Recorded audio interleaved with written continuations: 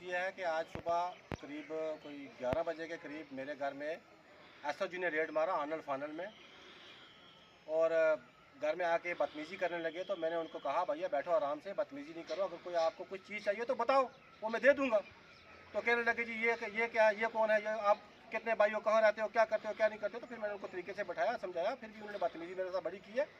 तो ये सारे लोग सरपंच साहब हैं और गांव के जिम्मेदार लोग जो मेरे साथ आए हैं, मैं एसएचओ साहब के पास आया था कि ये क्या तरीकाकार आपने पकड़ा हुआ है। मेरा यही कसूर है कि पिछले दिनों में मैंने बीजेपी ज्वाइन की और बीजेपी की रैली में 4-5-6 गाड़ियाँ लेके गया, तो उसका सिला मुझे आज यही मिला है कि मेरे घर आके एसओजी तोड़फोड़ कर रही है और बदतमीज़ी कर रही है। एक एक अपने स्टार छिपाए हुए तो ऐसे आके लाते हैं और लड़कियों के साथ मिसबिहेव कर रहे हैं। ये क्या तरीका है? तो मेरा ये कहने का मकसद है कि हम सारे लोग इसलिए इकट्ठे हुए यहाँ कि ये जो भी कोई करवा रहा है, कोई एजेंसीज करवा रही है या कोई और पार्टी करवा रही है, तो ये गलत बात है। और मैं इसकी, सारे लोग मेरे साथ आए, हम इसकी मजम्मत करते हैं और कंडेम करते हैं ऐसे जो तरीकाकार अख्तियार कर रही है। जो भी कोई स्टेट की सरकार है या कहीं और कोई एजेंसी है, तो ये गलत तरीका है। तो हमारा कहने का मकसद ये है, अगर मेरी आवाज़ कहीं सोशल मीडिया के जरिए अच्छे हमारी एडमिनिस्ट्रेशन तक पहुंच रही है, तो वो इसको नोटिस में ले। और ऐसे ऑफिसर जो एसओजी की टीम जो आई है दहशत फैलाने के लिए, इससे पहले यहाँ कोई ऐसा मामला नहीं हुआ, तो ये इलेक्शन के दरमियान जो दहशत फैलाना चाहते हैं, ये नहीं होना चाहिए ऐसा। मेरा यही मकसद है कि इसकी इन्वेस्टिगेशन हो प्रॉपर तरीके से, और ऐसे जो मुलाजिम है, ऐसे जो ऑफिसर है, उनको यहाँ से दफा किया जाए, बोले ये खराब ना हो। पुरअमन तरीके से हम इलेक्शन में कंटेस्ट करना चाहते हैं, वोट देंगे। अब शायद मुझे ये लग रहा है कि मुझे बीजेपी से रिजाइन करना पड़ेगा, कि मेरी ये हालत हुई है, बीजेपी ज्वाइन करने से मेरी ये हालत हुई है, तो अब मुझे बीजेपी रिजाइन करनी पड़ेगी। रहमान रहीम, बड़े दुख की बात है कि इलाके के जिम्मेदार हैं सरदार वक़ार अहमद खान साहब, और इलाके के वक़ार नहीं बाईस आदमी है। और मैं कहता हूँ कि तमाम लोग इनको अच्छे रैंक के लोग जानते हैं और इनके ख़ानदान को जानते हैं कि किस तरीके के लोग हैं, क्या कारकर्दियाँ हिंदुस्तान के लिए इन्होंने की है, क्या कारनामे किए हैं। इनके बहुत सारे 3-4 भाई मतलब ततार ख़ानदान जो है वो फौज में था, भतीजे हैं, भाई हैं और चाचाजाद जो है वो लोग इस मुल्क की खिदमत करते रहे। आज हालात ऐसे बने हैं कि एसओजी ने बिना पूछे उनके घर में रेड की है और बदतमीज़ी की है। मैं ये कहना चाहता हूँ कि भाई अगर इलेक्शन में कोई कहीं प्रेशर डालकर आप कहीं को वोटिंग की को वो वोट इकट्ठे करना चाहते हैं, ये तरीका नहीं है। वैसे भी आप लोगों के साथ ये लोग थे।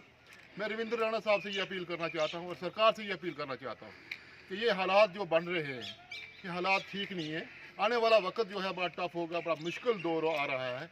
ये जो तरीकाकार इख्तियार किया है, मैं नवाज खान जनरल सेक्रेटरी जो है इसका बीजेपी का, उसको यहाँ बुलाकर कहा गया कि आप एफिडेविट दे दो कि आप किसी स्टेशन पर नहीं जाओगे, वहाँ उस इलाके में कोई हरकत नहीं करोगे।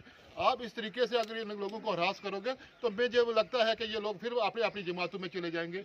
और इनको पता है कि आने वाला अगर आपकी सरकार बनी नहीं है तो आपके लिए हालात क्रिएट किए थे, कहीं आपकी सरकार बन गई तो ये तो ख़त्म हो जाएंगे, ये तो नामो निशान ख़त्म हो जाएगा। पहले भी हम लोग दरपदार हुए, हमारी ज़मीनों का मसला है, हम लैंड लॉस हो गए हैं, हमारे 200-300 साल हो गए लोगों का काब्ज़ हुए, उनके इंतकाल खारिज हो गए, उनके जो भी था ख़त्म हो गया।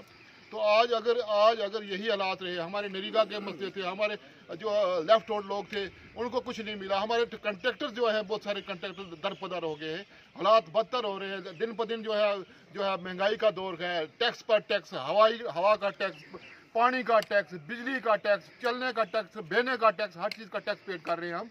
तो लिहाजा मेरी सरकार से अपील होगी कि जो तरीकाकार अख्तियार किया हुआ है कि एसओजी जो इस तरीके से जो है हरास कर रही है लोगों को, ये तरीकाकार बिल्कुल गलत है, बिल्कुल ही गलत है, क्योंकि ये बर्दाश्त के बाहर है। हम बिल्कुल ही बर्दाश्त नहीं करेंगे। हमने पहले भी मिलिटेंसी का मुकाबला किया था और इंशाल्लाह इसके बाद भी हम मुकाबला करेंगे।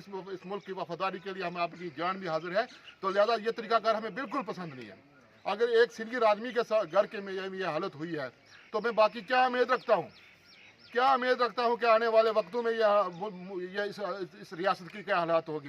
लिहाजा फिर से मैं सरकार से अपील करना चाहता हूँ जो हालात बना रहे हैं यहाँ पर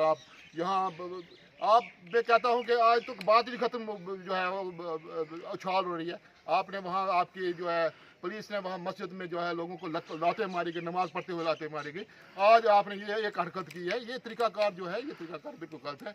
और ख़ासकर ये आपका जो है डिपार्टमेंट तो सिविलियन अगर कोई कर जाए तो वो एक अलग बात है, पर एक पुलिस वाले जो है ऐसी अटेम्प्ट करें, या चाहे वो मस्जिद की बात हो, चाहे ये जो हरकतें हो रही हैं ये हो, ये तरीका का हम इस बात को कंडम करते हैं। और सरकार की ये पॉलिसी जो है इसके खिलाफ है, सख्त तरीके से खिलाफ है, बिल्कुल बर्दाश्त के बाहर। हम अगर आज हम वार्निंग देना चाहते हैं, अगर फिर से एक बार हरकत हुई तो हम रोडों पर आएंगे और अपना जो है जो मौक़िफ़ वाज़िया करेंगे कि क्या हम क्या करेंगे क्या नहीं करेंगे।